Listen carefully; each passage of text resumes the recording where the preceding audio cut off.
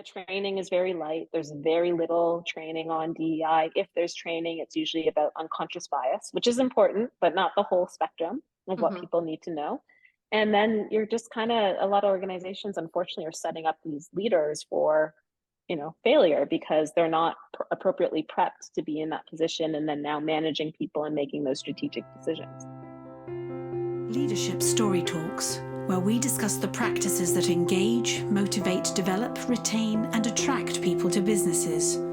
We'll give you principles and tools based on real-world stories to leverage listening and storytelling to become a better leader and management professional.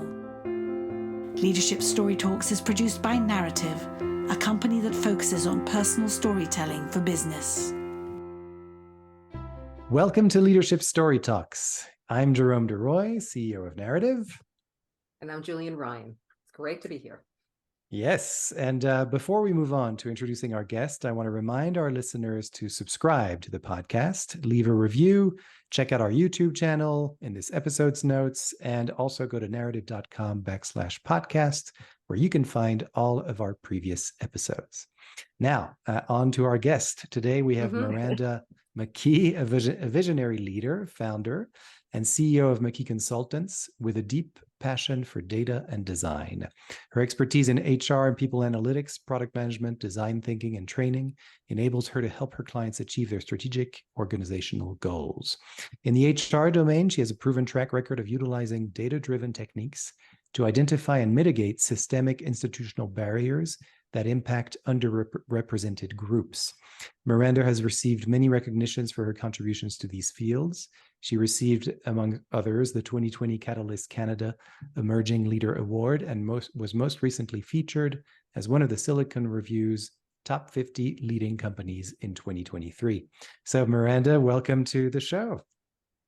Thank you so much for having me. I'm really excited to be here. Oh, Welcome. Great. Yes, it's just great, and applause to you. Thank you. Yeah.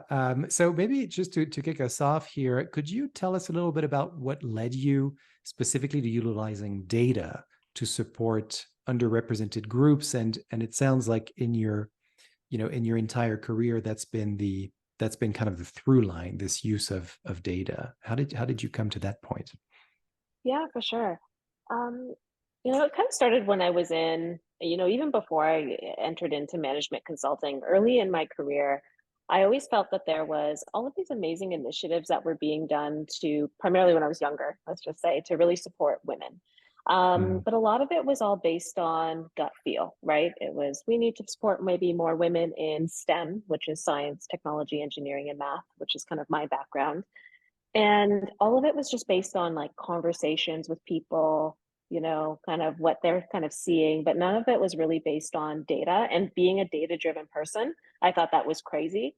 And as I kind of progressed throughout my career, I just noticed that that theme really emerged throughout. So when I moved on later into other companies, primarily into management consulting, all of these kind of great initiatives and goals were made, but none of it was really backed by data or backed by tangible data, and especially based out of Canada. Data is very hard to come by related to DEI. And it was just shocking because, diversity, equity, and inclusion primarily is a business objective. So could you imagine any other area where you're going to your CEO to get something done and it's like, oh, why should we do this? I don't know. I think it feels good. And that's honestly a lot of the conversations around diversity, equity, and inclusion, even today. So when I got into this field, I thought, we really need to be taking much more of a data-driven approach if we want to see meaningful change. Wow. And was there a moment, was there a particular case or example that really was your catalyst for change? Because I feel like when I looked at your background, I felt like there was like the Joseph Campbell hero's journey, that you were moving towards something with every change and every title and every volunteer initiative you took. So I'm very curious about what prompted this, what prompted and also how it really evolved. Yeah, well, great question. I can't really pinpoint the one piece, let's say, or the one story, but it was always something that was kind of over time. It just accumulated into, why aren't we doing this? And I'll give an example. I found a lot of the ideas around diversity, equity, and inclusion and the things that organizations would do would be based on what's popular in media or sensationalized at the time, as opposed to looking at, what's really going to move the needle within their own organization. Just because other organizations are doing it doesn't mean we should be doing it. It doesn't mean it's going to achieve our strategic priorities and our objectives. And it doesn't mean it's going to speak to our employee base at all, or the customers or the suppliers that we're trying to serve. So that was always just kind of shocking. Like, you would go into these leadership meetings, and again, everything else would be, okay, let me see the financials, let me see the numbers associated to it. But diversity, equity, and inclusion was, how do you feel? Right. And that was it. And it would be, how do you feel? Because we talked to maybe the 5 people of color at our organization, and that's how they feel. So we're going to now generalize and apply that to all of the people of color at our organization, or all of the women at our organization. And it was just really surprising. And I found that too, as someone that wasn't at the table and earlier in my career as being an employee. And, especially as I mentioned, DEI has evolved so much. I mean, diversity, equity, and inclusion has always been about everything that makes people diverse. It's not just about race, ethnicity, your gender identity. It's about your cognitive, your neurodiversity or cognitive diversity. It's about your socioeconomic status, et cetera, et cetera. But when I was, especially more junior as an employee, all the initiatives that organizations would make for me were based on my gender, right? So they would build these assumptions that because of my gender, at the time it was biological gender, I would want this or I would want that. Nothing was taking into account, patterns or trends in my employee history of what I would want for my promotion or career growth. It was just these generalized assumptions that were being made, wasn't taking in the concept of intersectionality. So it was just very, again, surprising, as when you think of how we go to market to capture new customers and all of the data involved in that space. And then we have people who are supposedly our most important assets at organizations, but for some reason, we're just not leveraging data to understand them. It's really fascinating, that gap you're talking about, because I can totally relate and see what you're saying. Something that seems so just so natural and innate to any good business practice. I don't even think you have to tell a business person that that's a good practice, because they'll just do it, right? We look at the data and then we make an informed decision based on the data, and then. From our perspective at Narrative, we look at things through the lens of storytelling. And so it's interesting because very often the stories support data. And you find the data and you're trying to show, you're trying to prove something, and then you go and find the stories that are going to support that, so that you can kind of bring it to life and move people into action. So I'm curious, in your field, because it seems like it's almost the reverse that was happening, although it's not even stories, it's feelings, right? It's like, how do you feel about this? How do you feel about that? And now you're taking a step back, looking at the data. What has been the result? And maybe there's an example you can give us, but I'm curious, what's been the consequence or result of your own work of putting data first? What kinds of changes have you seen in terms of those behaviors, practices, and, just making that change of, hey, we don't have any data, to now we've got data and we're going to take actions based on that? Yeah, great question. And, to your point, I completely agree. Storytelling is such a huge part of this, right? Especially when you're going in and talking about such a sensitive topic, especially the HR field in DEI field is a strange field, because everyone has an opinion on that field. Most people don't come in and challenge like an accountant, because they know the numbers, but HR and DEI, everyone feels they can do it, right? So it's a really challenging field to kind of prove what you're trying to get done and to why, which is why the data is so important. But that's why also storytelling is so important. So what we do when we're working with organizations, we start with the data. So we start them on, let's look at your, HR tech stack, and let's get employee data from your HRIS or your recruitment data, performance evaluation data. Let's look at your survey and sentiment data. And that tells a picture, but that tells you where to start, right? What are some of the challenges and the things that you're seeing? Now you need, it's great to have that data, but you still need to go out and validate and understand that data. And that's where that storytelling and working with your actual employees and the people come into that space.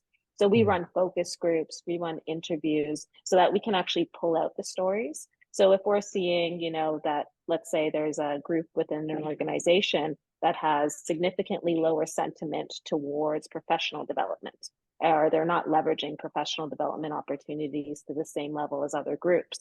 Well, why is that happening? The data is only telling you that that's happening, right? You still need to understand the stories of those individuals to see where those gaps lie even further. So that's how that storytelling piece and data really come together, and it's so powerful. And you can show, we've all been in those leadership calls and meetings. You show them all the data, and they're still like, I don't know, right? You need that way to be able to connect with them so that they can create and foster that empathy to actually action that change. So it's not just seeing it, you have to figure out how to say it. And story is one element, and its cousin metaphor and, some dialogue. I'm wondering too, and this is something, it's not as much as a question as a comment. I've been just thinking about the market. You see a lot of uptick in downsizing lately, where organizations have let significant amount of people go. And in those cohorts, there have been people, diverse populations. What are you thinking about? It's not all on your shoulders, by the way, but what are you thinking about how to keep the organizations engaged and keep their eye on maintaining diversity and equity and keeping people's attention on that? Because it's so easy to look away when you see all these changes in your organizations, contracting, repositioning, all the things that are intentionally meant to lift people up somehow don't get the full attention anymore. So just curious what you've been thinking about along those lines. Completely agree. And it's such a hard time with, increased layoffs, and a lot of the layoffs, the people impacted by those layoffs have been HR and DEI professionals at higher proportions. And I think the challenge that I see the most with organizations that are trying to implement these diversity, equity, and inclusion initiatives is that they don't align them to their strategic priorities and goals. So, you often see organizations that will, implement these initiatives, and they're a siloed effort. You have like one DEI person that's trying to do it across the organization. They don't get buy-in and support. But then again, it's not aligned to what are we trying to achieve from an organizational perspective. At the end of the day, it's an organization, and an organization has goals. When you have a department that isn't aligned to those goals, or they're not getting a seat at the table to show that alignment, it's going to fall off. Leaders aren't going to be held accountable to that. They're not going to care. It's just that, thing that person's doing in this other department. And then what happens is you get people excited about the initiative, but because you don't have that leadership buy-in, because it's not tied to those strategic priorities, they don't hold themselves accountable to it. And then employees are like, well, why should we even care about this? We were excited about this great initiative that was coming, and now we've seen time and time again, nothing happened. So we don't see the value in this. So I think that's one of the biggest, kind of challenges. And when organizations are looking to implement these initiatives, I have all these calls all the time with leaders, and they'll be like, we need to do DEI. And you're like, okay, great. Why? And the thing I get the most is because it's the right thing to do. Yeah, completely agree. It's the right thing to do. But how will this initiative enable whatever X you're trying to achieve? And a lot of them can't answer that. And if you can't answer that question, the program's not going to be successful, because you're not going to be able to get buy-in. You're not going to be able to hold leaders accountable to it. And it tells me right off the bat that organizations don't see necessarily how this is driving value throughout their organization. That's kind of where I see that drop off and why we've kind of had those impacts across those layoffs. Yeah. And that ties with one of the questions I wanted to ask you, which was, one of your areas of expertise is change management. And what you're talking about, Jules, is one of those things where it's that uncertain market that we're always in. And we don't know when the next recession is coming and those kinds of things, or when we're going to have to lay off people. So I think you've kind of answered that question a little bit there, but I'm wondering about the other aspect of when a change is happening and priorities shift, and suddenly maybe DEI is not as much of a priority. You sort of, you still, given your experience and where you start. You start with data and you try to tie it to a strategic objective. And so hopefully that keeps you steady on the course of getting to that DEI objective, right? Because it ties into a larger objective that everybody's behind. Is that a good representation? 100%, exactly. Yeah. And I think we have these very interesting short views of DEI, or, where it's like, by the end of, and some of these organizations do things like, by next year, we're going to increase hiring of, people of color by like 40%. And you're kind of like, how, right? Like, you don't have a talent pipeline. Why are you doing that, right? Like, how are you actually going to achieve this? This is a huge goal.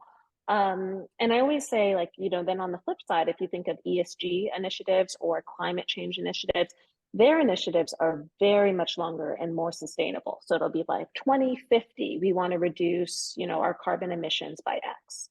For some reason, DEI has been these like very like kind of quick wins that everyone's trying to get, even though it's a field of not a quick win field at all. So when we have this structure where we're just trying to think of, okay, we have this target that we're hoping to get next quarter, it's not thinking long-term and around sustainability, which it really needs to be thinking about. Even again, giving that example around climate change, if you think about the move to electric cars, right? Or countries are now saying we need to move to increasing electric cars. It's been a mandate in Canada. But then when you have that goal that's long-term, think about all the infrastructure that needs to happen within a country in order to enable electric car use, right? Everything from where the station is going to be to charge your vehicles. How do we, like all of those different things where organizations kind of start with these goals. We'll say we want to achieve this by next year, and not thinking about that long journey and all of the different operational stuff that you need to do.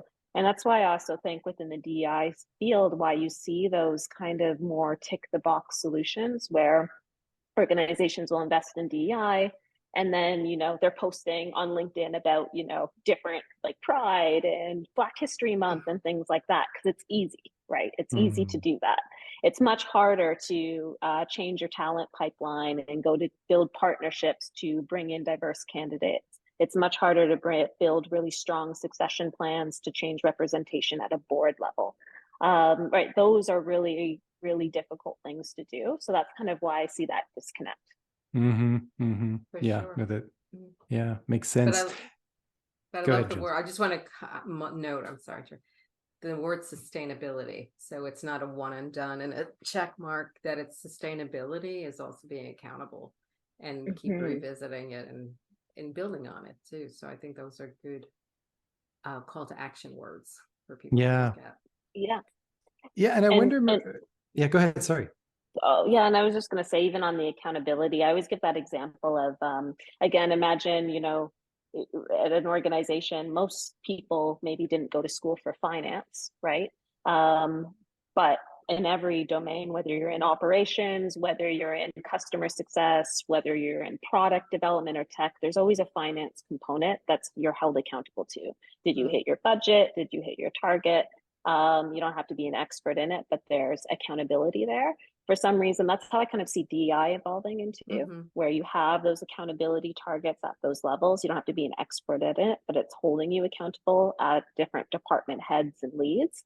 But it's not there right now. And again, because it's much harder to implement something like that.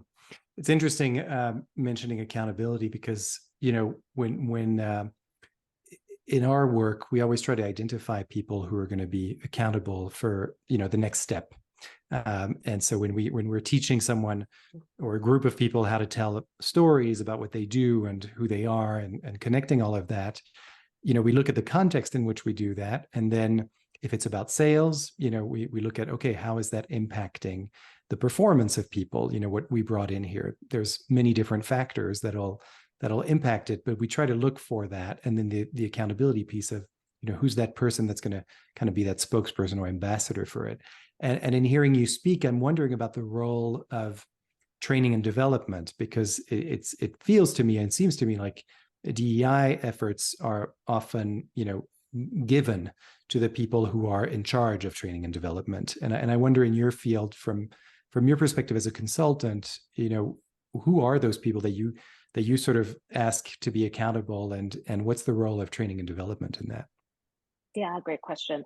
And training and development is such a touchy topic because when we think of DEI, that's what you think of is like, oh, I have to sit through that hour training lesson on unconscious bias, right? Every year. And that's it. That's DEI. And that's usually how it gets rolled out at most organizations. But from an accountability standpoint, I think it needs to sit at the people manager level. Everyone needs to be accountable to it. And there needs to be some level of targets or goals as it relates to an employee's performance evaluation.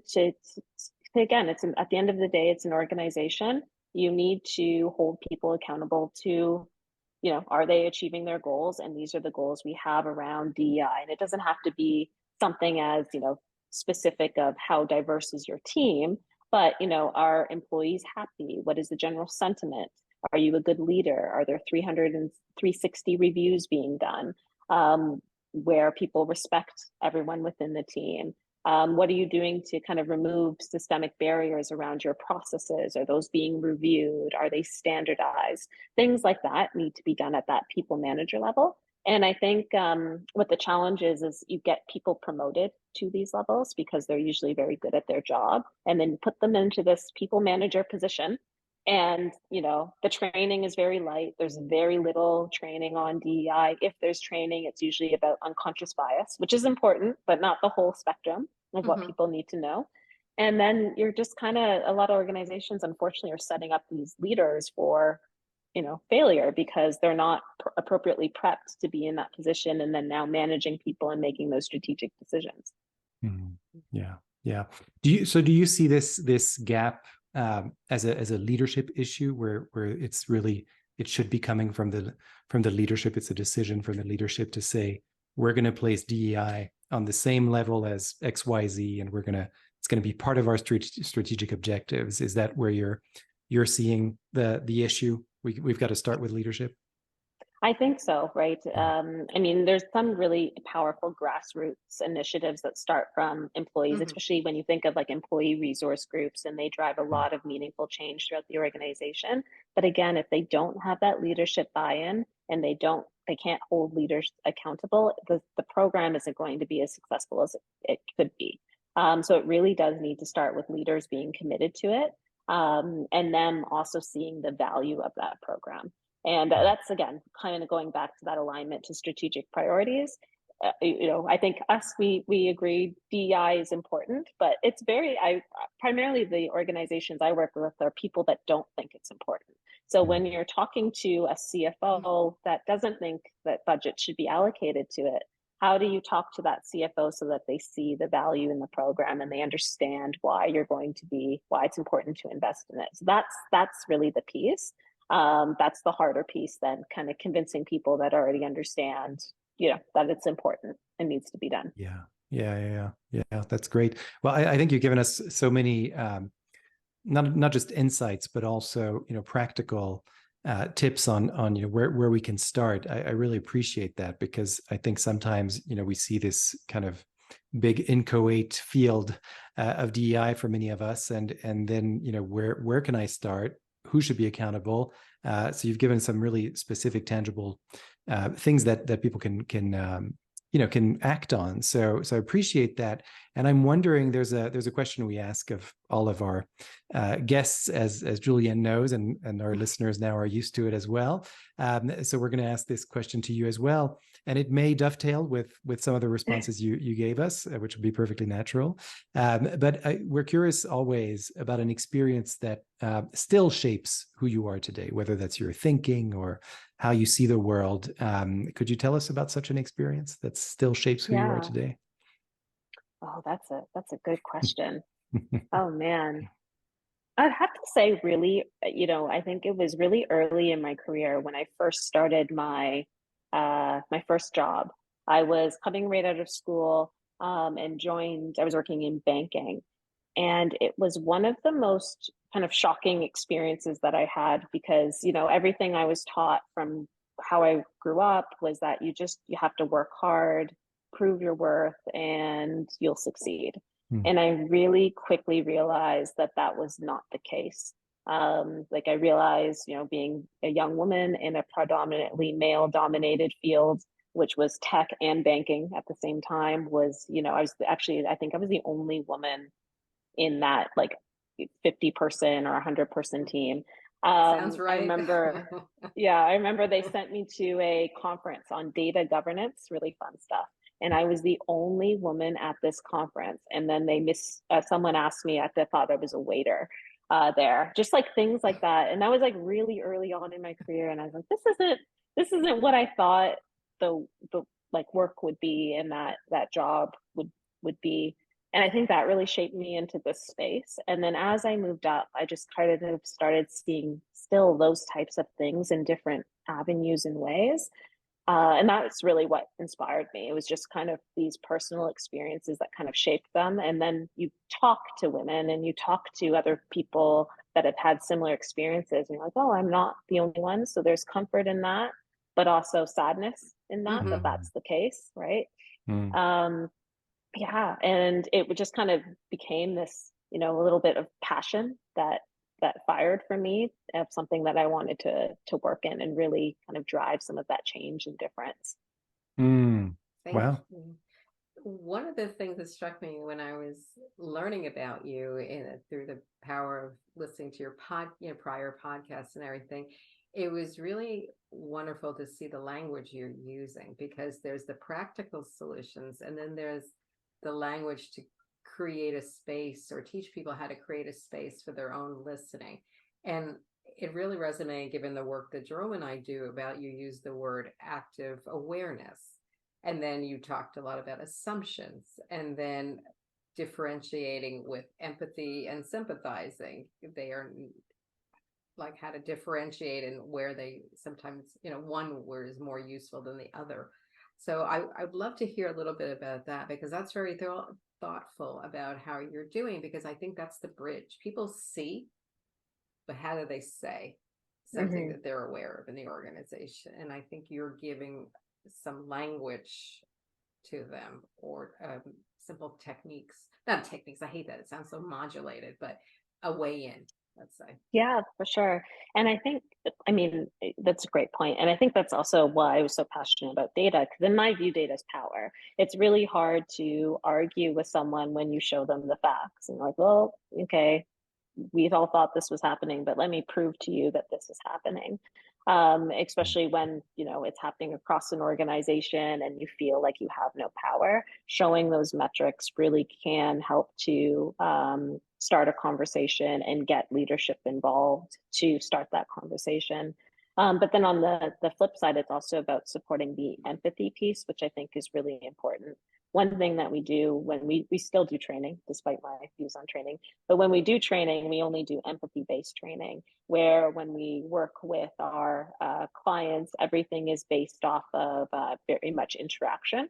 So instead of me listening to me lecture for, 2 hours, what we actually do is build personas.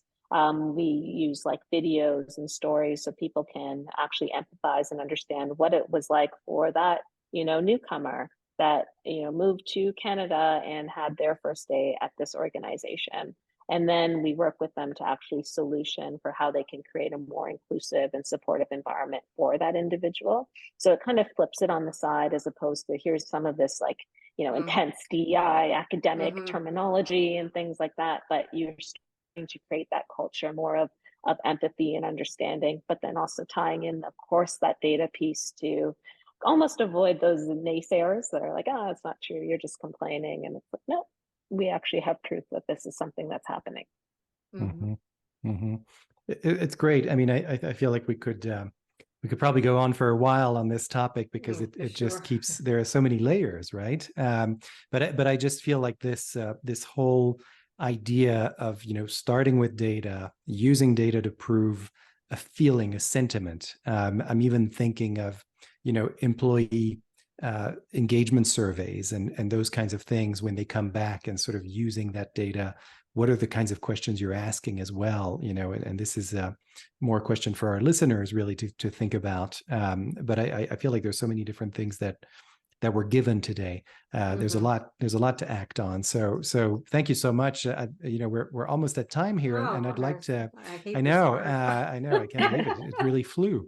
But I maybe as a last question, I wonder if there are any resources, Miranda, that you would want to point people to, whether that's a website or whatever you think in terms of resources to kind of get that needle to move a little bit. Yeah, great question. So there are a ton of great like academic books out there. There's oh my gosh, one that's actually my favorite, but it is for Canadian listeners more. It's about democratic racism, it's called, in Canada. It's an academic book, but it's very, very good. I also recommend, if you've never done like the Harvard implicit bias test, that's always a very good one to do. Another great resource as well is IDEO. They do a lot around structured thinking and design thinking. So when you're trying to brainstorm how to get off the ground on these types of spaces, it's a really great resource to start thinking more creatively about it. And other than that, you can always reach out to me directly. Websites, McKieconsultants.com, and I'm more than happy to point you in some more resources. Great. McKieconsultants.com. Excellent. And we will have all of these in the episode's notes, so our listeners can rest assured that we'll have that there. Well, thanks again. I really appreciate your time today, and it's so great to get this perspective. Really, really appreciate it. Thank you so much. Thank you.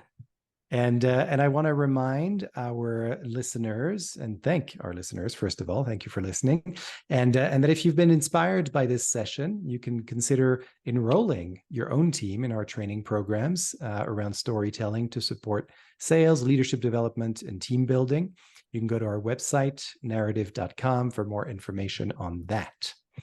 And Jules, go ahead. You're going to learn when you go to your website about how to craft and present the stories that engage you and your audience like nothing before. So we're ready to listen to you. And that's what all this work is about. Learning to listen to you so you can listen to others in a fresh and disruptive and creative way that really works. And back to you, Jerome. Nice. Well, once again, thanks for listening. Don't forget to subscribe and leave a review, because that's how word of mouth happens on your favorite podcast platform. And also go to YouTube, because that's where you can see us in action, like we are now. And until next time. And thanks, Julienne, Julienne, for co-hosting as always. Yes, thank you, and thanks you, and thank you everyone for listening. It's always a pleasure. Bye now. Great. Thanks so much. For more information on the narrative listening and storytelling method and how it can help your business, go to narrative.com.